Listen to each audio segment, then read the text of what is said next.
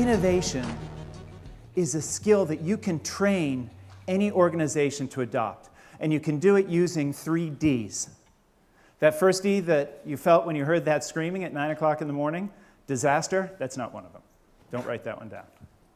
The 3 Ds that we're going to talk about are rooted in neuroscience. One of the things you have to understand is that our brains are only designed for one thing, and that's survival. The nature of our brains are designed such that all we care about is putting our gene pool onto the next generation. And he came bursting out because he was mad at the other guy who was yelling at him. I didn't know it at the time, but that was the first D.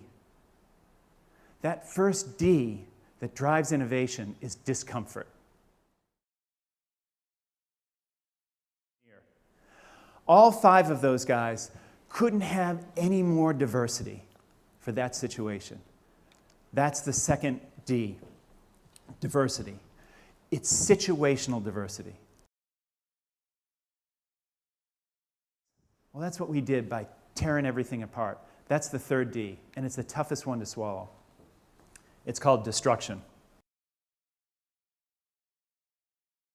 But loss aversion is what keeps us from doing destruction.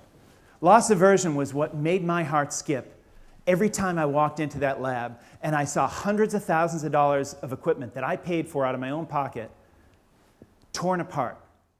10 years ago, 2008, Xerox spent $750 million, $750 million on R&D.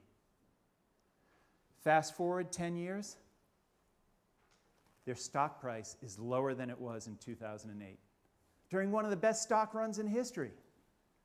The reason being is they missed my last adage, the last bit of advice I give to companies at any size, and that's another D, deploy or die.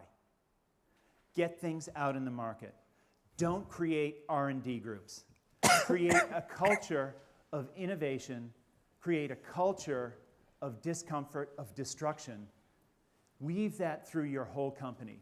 Do not make a separate innovation department, and get it out in the hands of your customers.